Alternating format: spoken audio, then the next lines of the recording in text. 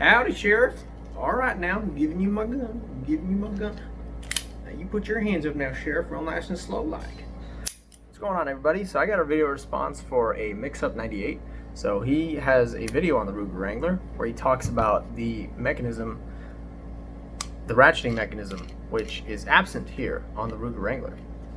Old timers like me absolutely love. If I free up that cylinder, hear that?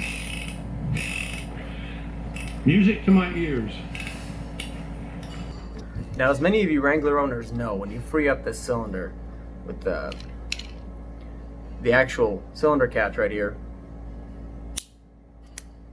that locks the cylinder in place, so I don't know what it's called technically, that frees up, and so you can free spin it both ways. The reason why you can free spin it both ways is because when you take the gun apart real quick, just push that little button in right here on the side, just remove this up. If your loading gate is open, push that out. You can see there's little launches back here. That's when you're cocking it.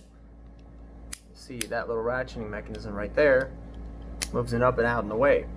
So what I think is because that goes away, so when you open up the loading gate,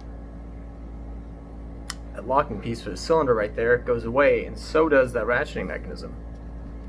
And if you don't know how the revolver works, single action, when you pull back the trigger mechanism, that little ratcheting piece hits that back piece on the cylinder, those notches, and it moves it up and it locks it into these little joints here, or lands, I don't know what they're called again. But a cool thing about the Wrangler, and I think you'll really get a kick out of this, is you get the two clicks, right? You get a click here for your full cock. There's no real half cock on this thing where it just locks back halfway, of course, but if you move it just slightly, you'll notice that cylinder lock goes away. And what do we have here? You get your cowboy noise. Ain't that cool? Isn't that just neat? It sounds freaking awesome. You can put your gun back in, the hammer back, and lock it again.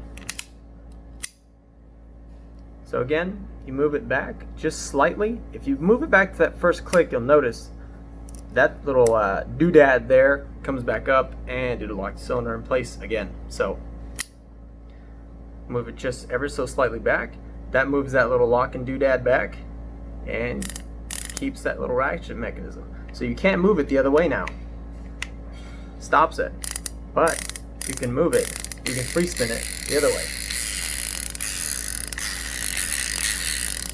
Ain't that cool? Hope you enjoyed. Thank you for watching.